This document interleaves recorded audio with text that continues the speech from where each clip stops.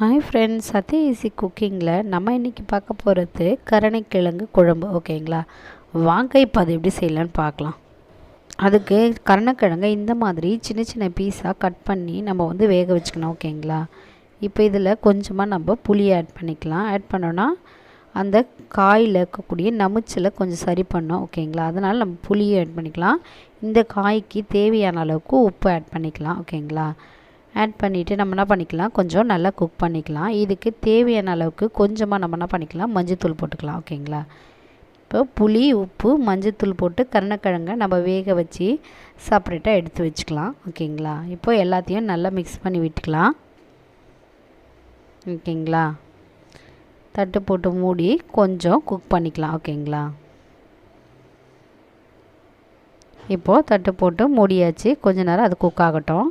குக்காரத்துக்குள்ளே இப்போ நான் ஒரு பாத்திரம் எடுத்திருக்கேன். இந்த அளவுக்கு கொஞ்சமாக புளி எடுத்திருக்கேன். புளி எடுத்து அதை தண்ணி ஊற்றி நம்ம ஊற வச்சுக்கலாம். ஓகேங்களா,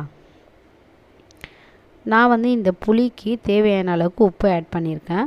உங்களுக்கு வேணும்னா நீங்கள் உப்பு ஆட் பண்ணிக்கோங்க, இல்லைனா புளி கூட செப்பரேட்டாக மட்டும் கூட நம்ம ஊற வச்சுக்கலாம். ஓகேங்களா, இப்போ புளியை ஊற வச்சுட்டு இதை ஓரமாக செப்பரேட்டாக நம்ம எடுத்து வச்சிடலாம். ஓகேங்களா, இப்போது நம்ம வேக வச்ச அந்த கருணைக்கிழங்கை ஓப்பன் பண்ணி பார்க்கலாம். ஓகேங்களா, குக் ஆகிடுச்சா அப்படின்னான்ட்டு.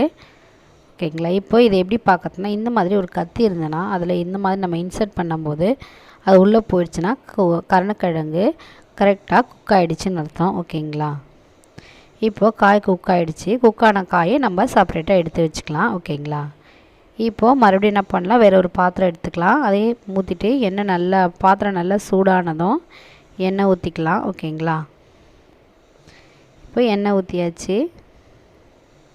எண்ணெய் நல்லா காஞ்சிருச்சு. எண்ணெய் நல்லா காஞ்சதுக்கப்புறமா நம்ம கொஞ்சமாக கடுகு போட்டுக்கலாம். ஓகேங்களா, கடுகு போட்டு கடுகு நல்லா பொரிஞ்சு வரட்டும். ஓகேங்களா, கடுகு நல்லா பொரிஞ்சு வந்தோன்னா கொஞ்சமாக நம்ம வெந்தயம் ஆட் பண்ணிக்கலாம். ஓகேங்களா, இப்போ இந்த வெந்தயமும் இந்த கடுகும் கொஞ்சம் நல்லா பொரிஞ்சு வரட்டும்.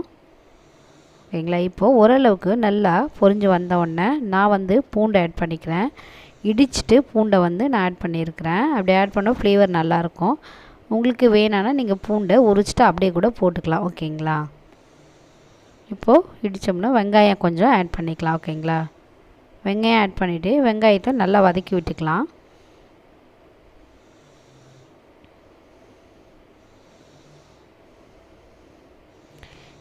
இப்போ வெங்காயம் வதங்கிறதுக்கு கொஞ்சமாக நம்ம உப்பு ஆட் பண்ணிக்கலாம். ஓகேங்களா, உப்பு ஆட் பண்ணும்போது சீக்கிரமாக வெங்காயம் வதங்கும். அதனால் கொஞ்சம் வெங்காயம் வதங்கிருச்சு. கொஞ்சமாக கருவேப்பிலையும் ஆட் பண்ணிக்கலாம். ஓகேங்களா, கருவேப்பிலை ஆட் பண்ணிவிட்டு நல்லா வதக்கி விட்டுக்கலாம்.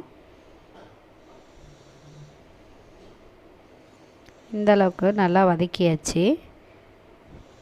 இப்போ வதக்கினதுக்கப்புறமா நம்ம டொமேட்டோ கொஞ்சம் ஆட் பண்ணிக்கலாம்.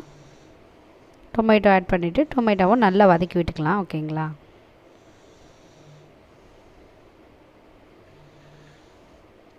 டொமேட்டோவும் நல்லா வதங்கி வந்தால் தான் குழம்பு நல்லாயிருக்கும். ஓகேங்களா, டொமேட்டோ இப்போ ஓரளவுக்கு வதங்கினோடனே நான் கொஞ்சமாக கொத்தமல்லி ஆட் பண்ணியிருக்கேன். ஆட் பண்ணிவிட்டு நல்லா வதக்கி விட்டுக்கலாம். ஓகேங்களா, இப்போது ஓரளவுக்கு தக்காளி குக் ஆகிட்டே வருது.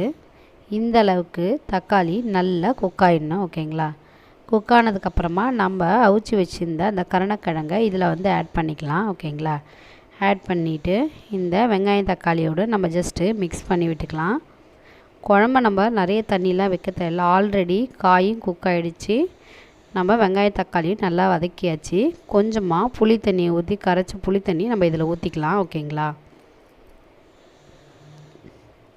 நம்மளுக்கு குழம்பு எந்த அளவுக்கு வேணுமோ அதுக்கேற்ற மாதிரி புளியை கரைச்சிக்கலாம். ஓகேங்களா, இப்போது புளியை கரைச்சி ஊற்றியாச்சு.